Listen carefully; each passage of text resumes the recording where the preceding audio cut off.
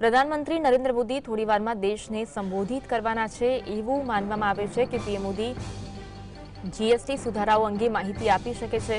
તેઓ આવતીકાલે 22 સપ્ટેમ્બરે નવરાત્રીની શરૂઆત અંગે પણ ચર્ચા કરી શકે છે। જો કે તેમના સંબોધન અંગે કોઈ સત્તાવાર નિવેદન જારી કરવામાં આવ્યું નથી।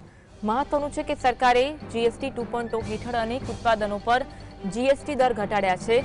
હવે ફક્ત 2 જીએસટી સ્લેબ 5% અને 18% યથાવત રાખ્યા છે, જ્યારે 12% અને 28% ટેક્સ સ્લેબ દૂર કરવામાં આવ્યા છે। 12% સ્લેબ હેઠળના મોટાભાગના ઉત્પાદનોને 5% સ્લેબમાં મૂકવામાં આવ્યા છે, જ્યારે 28% સ્લેબ હેઠળના મોટાભાગના ઉત્પાદનોને 18% સ્લેબમાં મૂકવામાં આવ્યા છે। કેટલીક વસ્તુઓ પર જીએસટી દર ઘટાડી શૂન્ય કરવામાં આવ્યા છે।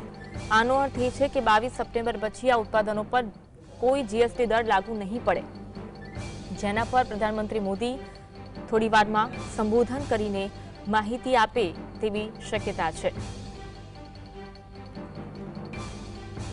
સરકારે અનેક ઉત્પાદનો પર જીએસટી ઘટાડ્યા છે। વડાપ્રધાન મોદી થોડીવારમાં સંબોધન કરવાના છે, દેશની જનતાને તેઓ સંબોધિત કરવાના છે।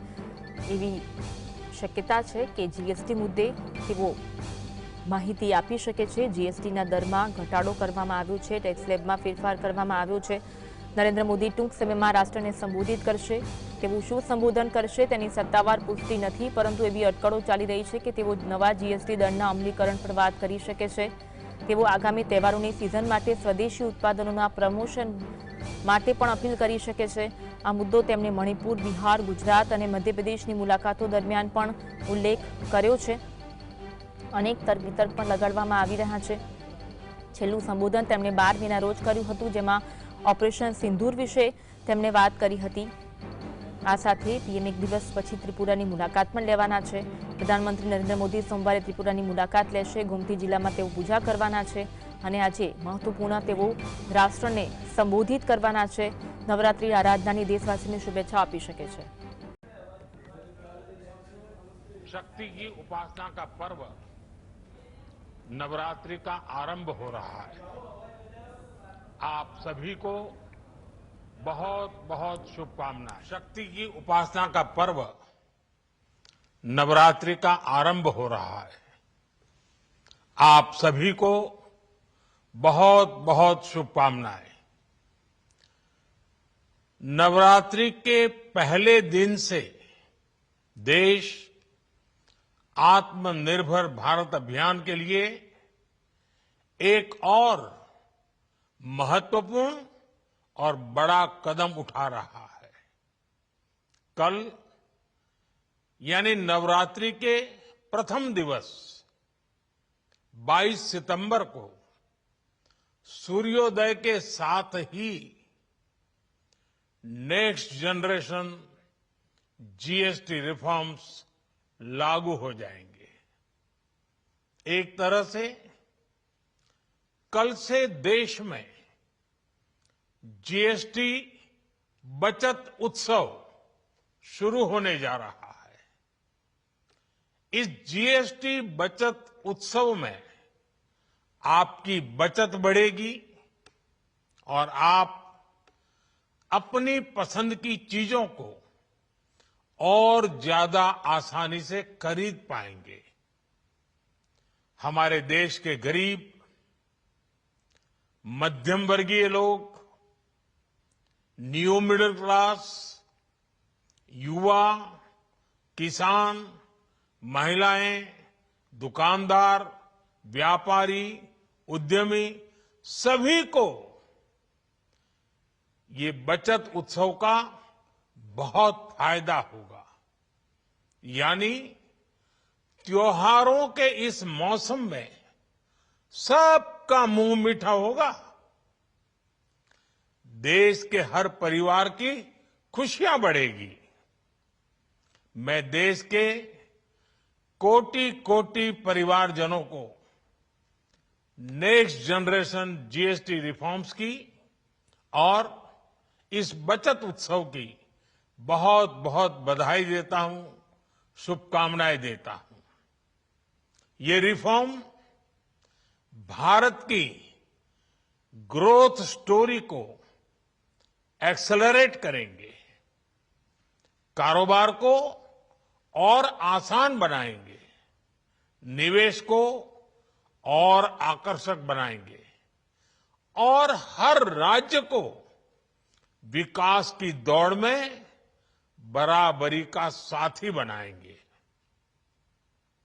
साथियों, जब साल 2017 में भारत ने जीएसटी रिफॉर्म की तरफ कदम बढ़ाया था, तो एक पुराना इतिहास बदलने की और एक नया इतिहास रचने की शुरुआत हुई थी। दशकों तक हमारे देश की जनता, आप सभी लोग, देश के व्यापारी अलग अलग टैक्स के जाल में उलझे हुए थे। Octroi, entry tax, sale tax, excise, VAT, service tax, न जाने भांति भांति के दर्जनों टैक्स हमारे देश में थे। एक शहर से दूसरे शहर माल भेजना हो तो न जाने कितने चेकपोस्ट पार करने होते थे, कितने ही फॉर्म भरने पड़ते थे, कितनी सारी रुकावटें थी। हर जगह टैक्स के अलग अलग नियम थे। मुझे याद है जब 2014 में देश ने मुझे प्रधानमंत्री पद का दायित्व सौंपा था,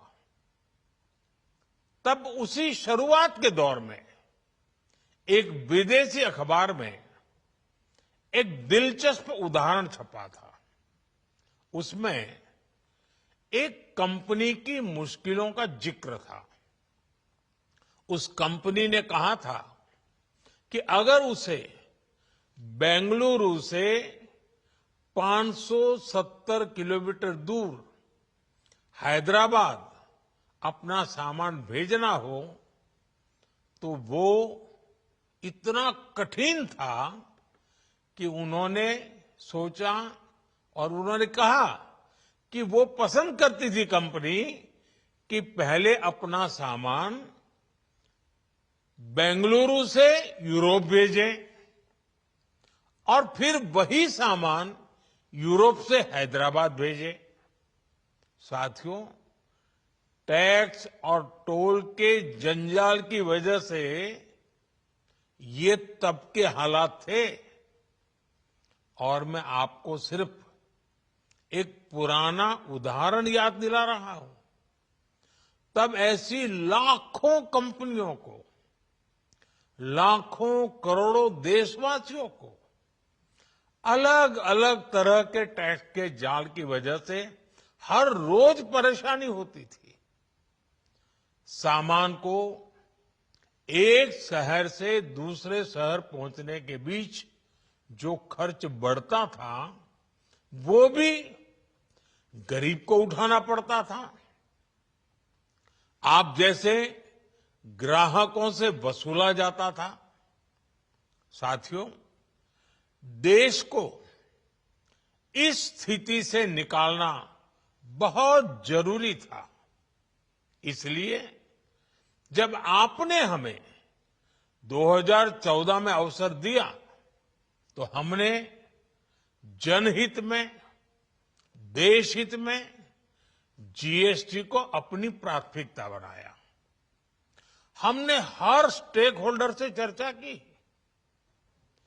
हमने हर राज्यों की हर शंका का निवारण किया, हर सवाल का समाधान खोजा। सभी राज्यों को, सबको साथ लेकर आजाद भारत का इतना बड़ा टैक्स रिफॉर्म संभव हो पाया।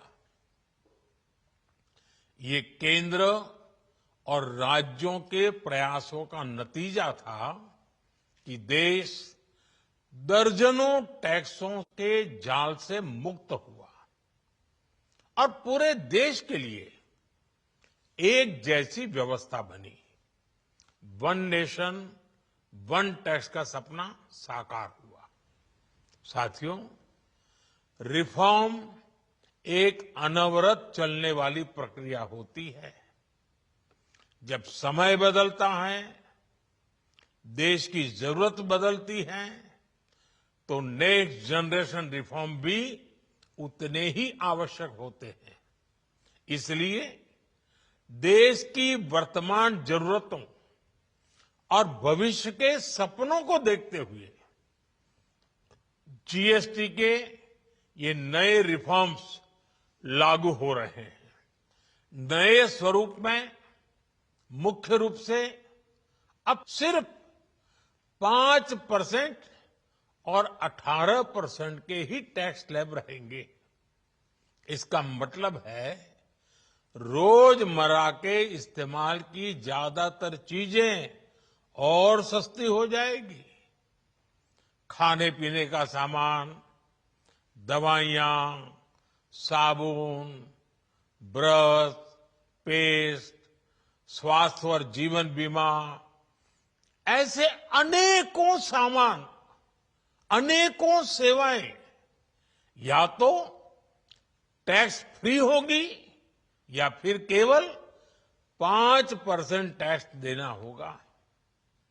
जिन सामानों पर पहले 12% टैक्स लगा करता था, उसमें से 99% यानी करीब करीब 100 के निकट 99% चीजें अब 5% टैक्स के दायरे में आ गई है। साथियों, पिछले 11 साल में देश में 25 करोड़ लोगों ने गरीबी को हराया है, गरीबी को परास्त किया है और गरीबी से बाहर निकल करके 25 करोड़ का एक बहुत बड़ा समूह नियो मिडिल क्लास के रूप में आज देश के अंदर बहुत बड़ी भूमिका अदा कर रहा है। इस नियो मिडिल क्लास की अपनी एस्पिरेशंस हैं, अपने सपने हैं। इस साल सरकार ने 12 लाख रुपए तक की इनकम को टैक्स फ्री करके एक उपहार दिया और स्वाभाविक है, जब 12 लाख रुपयों का इनकम टैक्स में राहत हो जाए तो मध्यम वर्ग के जीवन में तो कितना बड़ा बदलाव आता है, कितनी सरलता सुविधा हो जाती है। और अब गरीबों की भी बारी है, नियो मिडिल क्लास की बारी है। अब गरीब को, नियो मिडिल क्लास को एक तरह से डबल बोनांजा मिल रहा है। जीएसटी कम होने से अब देश के नागरिकों के लिए अपने सपने पूरे करना और आसान होगा। घर बनाना, टीवी, फ्रिज खरीदने की बात हो, स्कूटर, बाइक, कार खरीदना हो, ये सब पर अब कम खर्च करना होगा। आपके लिए घूमना फिरना भी सस्ता हो जाएगा, क्योंकि ज्यादातर होटल्स के कमरों पर भी जीएसटी कम कर दिया गया है। वैसे साथियों, मुझे इस बात की खुशी है कि दुकानदार भाई बहन भी जीएसटी रिफॉर्म को लेकर बहुत उत्साह में हैं। वो बहुत जीएसटी में हुई कटौती को ग्राहकों तक पहुंचाने में जुटे हुए हैं। बहुत सारी जगहों पर पहले और अब के बोर्ड लगाए जा रहे हैं। साथियों, हम नागरिक देवो भवः के जिस मंत्र के साथ आगे बढ़ रहे हैं, नेक्स्ट जनरेशन जीएसटी रिफॉर्म में इसकी साफ झलक दिखाई देती है। अगर हम इनकम टैक्स में छूट और जीएसटी में छूट को जोड़ दें तो एक साल में जो निर्णय हुए हैं उससे देश के लोगों को 2.5 लाख करोड़ रुपए से ज्यादा की बचत होगी। और तभी तो मैं कह रहा हूं ये बचत उत्सव है। साथियों, विकसित भारत के लक्ष्य तक पहुंचने के लिए हमें आत्मनिर्भरता के रास्ते पर चलना ही होगा और भारत को आत्मनिर्भर बनाने का बहुत बड़ा दायित्व हमारे एमएसएमईज यानी हमारे लघु, मध्यम और कुटीर उद्योगों पर भी है, जो देश के लोगों की जरूरत कम है, जो हम देश में ही बना सकते हैं, वो हमें देश में ही बनाना चाहिए। साथियों, जीएसटी की दरें कम होने से नियम और प्रक्रियाएं और आसान बनने से हमारे एमएसएमईज, हमारे लघु उद्योगों को, कुटीर उद्योगों को बहुत फायदा होगा।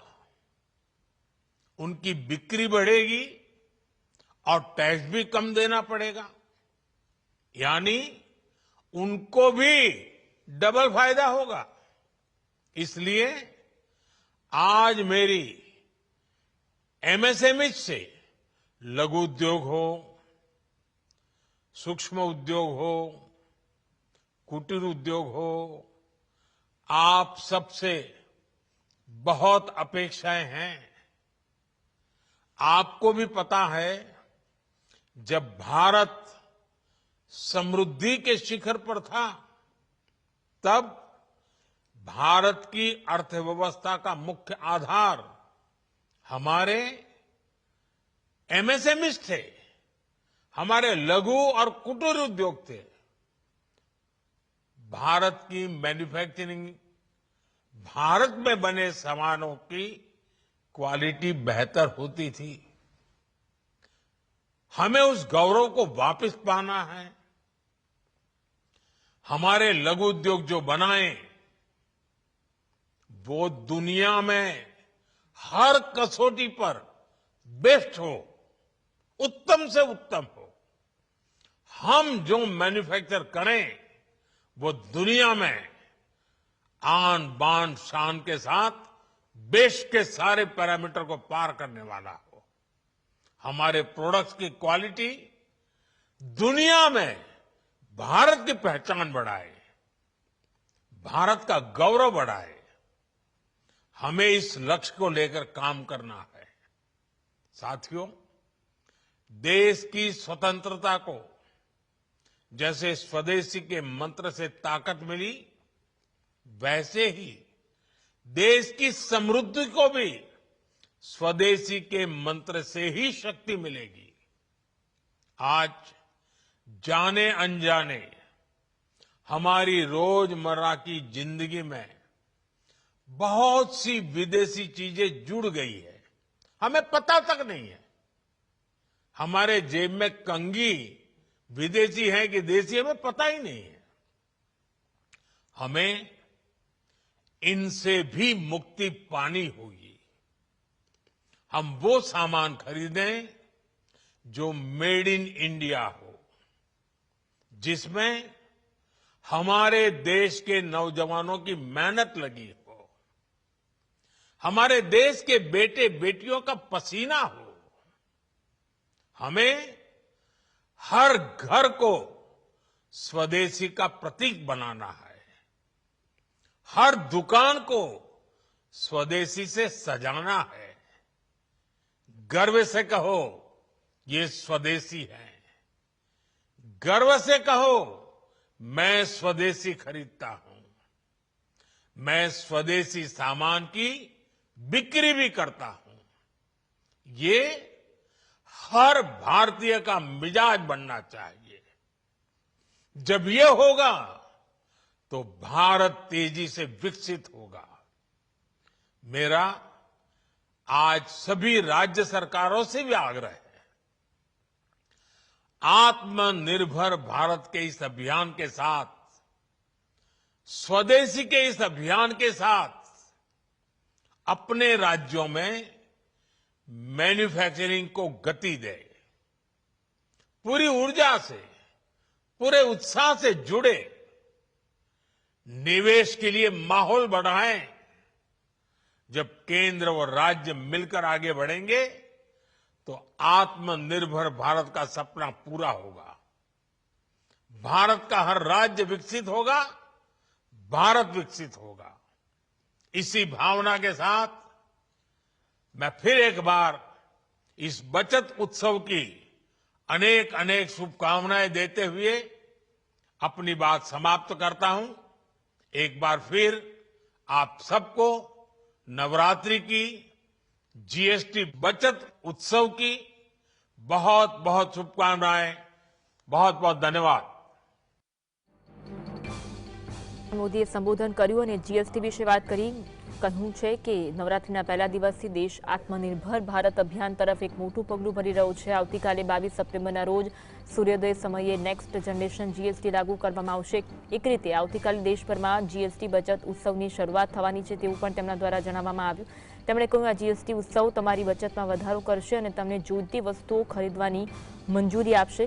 આ સાથે તેમણે કહ્યું દેશના ગરીબ મધ્યમ વર્ગ, નવા મધ્યમ વર્ગ, યુવાન, ખેડૂતો, મહિલાઓ અને ઉદ્યોગપતિઓને આ બચત ઉત્સવનો લાભ મળશે. આ તહેવારોની મોસમ દરેકના મોઢામાં મીઠાઈ લાવશે. હું દેશભરના લાખો પરિવારોને આ બચત ઉત્સવ પર અભિનંદન આપું છું. આ સુધારાઓ ભારતની વિકાસ ગાથાઓને વેગ આપશે, તેઓ વ્યવસાયને સરળ બનાવશે અને રોકાણ આકર્ષિત કરશે. તેઓ વિકાસની દોડમાં દરેક રાજ્યને સમાન ભાગીદાર બનાવશે. આ સાથે તેમણે કહ્યું જ્યારે ભારતે 2017માં જીએસટી શરૂ કર્યું ત્યારે એક નવા ઇતિહાસની શરૂઆત હતી. દાયકાઓ સુધી આપણા દેશના નાગરિકો વિવિધ કરના જાળમાં ફસાયેલા હતા. દેશભરમાં ડઝનબંધ કર હતા.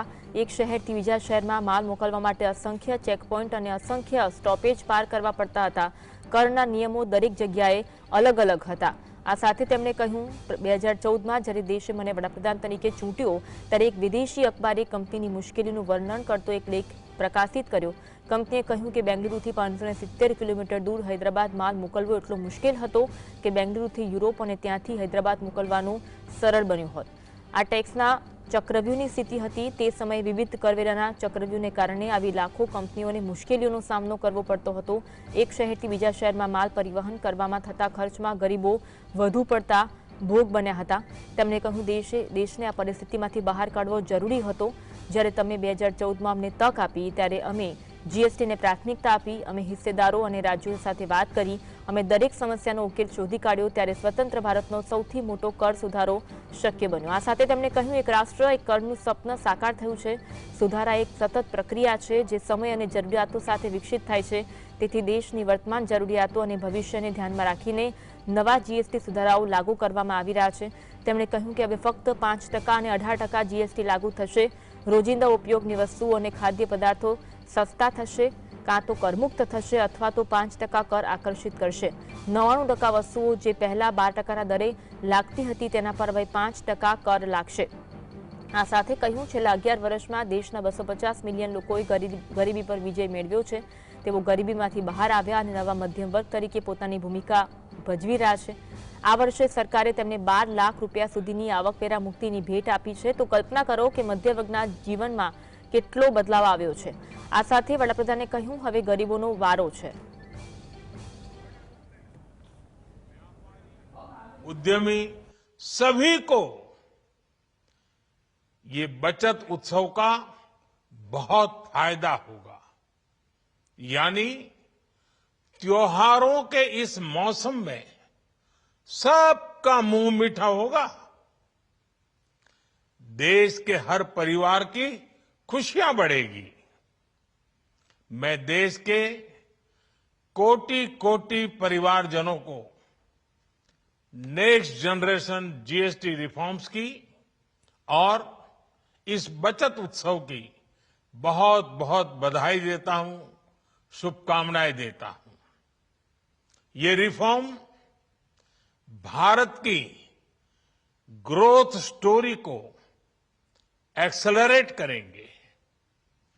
कारोबार को और आसान बनाएंगे, निवेश को और आकर्षक बनाएंगे और हर राज्य को विकास की दौड़ में बराबरी का साथी बनाएंगे।